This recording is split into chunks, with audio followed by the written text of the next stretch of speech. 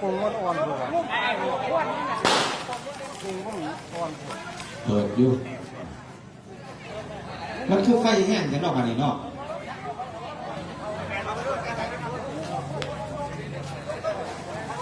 ออกพรรษาขนบธรรมเนียมพี่น้องบ้านเฮามีการจุดประทัดปล่อยโคมไฟขันเห็นโคมไฟไปอยู่เทิงฟ้าแสดงว่าเมื่อนี้เราออกพรรษาเพื่อประกาศให้ผีสางนั่งไม่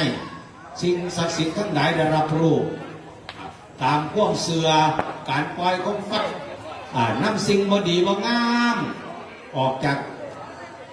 ตัวออกจากจิตออกจากใจออกจากกายออกจากหมู่บ้านเฮาให้เหลือแต่สิ่งดีๆงามๆสัตว์ตัวโคมไฟโคมนี้หลวงปู่แดงสละทุนทรัพย์เพื่อให้ลูกให้หลานได้ชื่นชมตั้งแต่บ้านตั้งบ้านกะย่อมเฮามามีนะใหญ่ที่สุดในบ้านกะย่อมใหญ่ที่สุดในโลกบ้านกะย่อมเนาะเป็นตะขึ้นดีดอกลุ่นซอยกันอธิษฐานซอยกันเอาไปผูกเลยเอาไปผูกเลยเอาไปผูกเลยเอาไปผูกเลยเรากระทาลากมาสดไปทำบุญดูแลช่วยกัน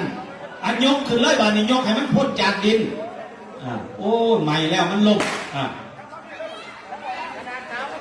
เอาออกจากไฟเอาออกจากไฟมาเนี่ย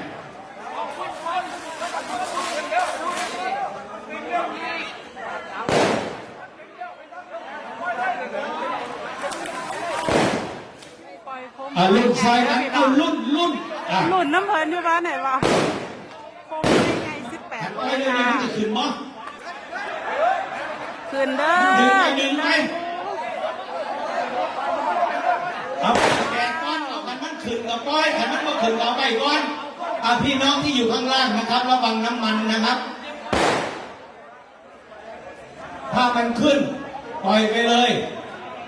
เบาๆนะเบาๆช่วยกันประคองประคองสายลูกมันด้วยดึงมาทางนี้สายลูกเอามาสายลูกตีก่อนโอ้เป็นพักที่สวยงามที่ไหนไม่มีอีกแล้วมีที่บ้านระยองเท่านั้นคุณพ่อคุณแม่ที่เคารพความทุกข์ความโศกความโรคความพัดไอ้น้ำความไฟไงความมันเด้อหลวงปู่แดงก็เศร้าไข่เศร้าหายเศร้าซวงซะเด้อหลวงปู่แดงเด้อสาธุไปแล้วขจัดปัดเป่าพยัญชนะไอ้กับคงไฟลอยฝ่าโอ้งามมากสวยงามมาก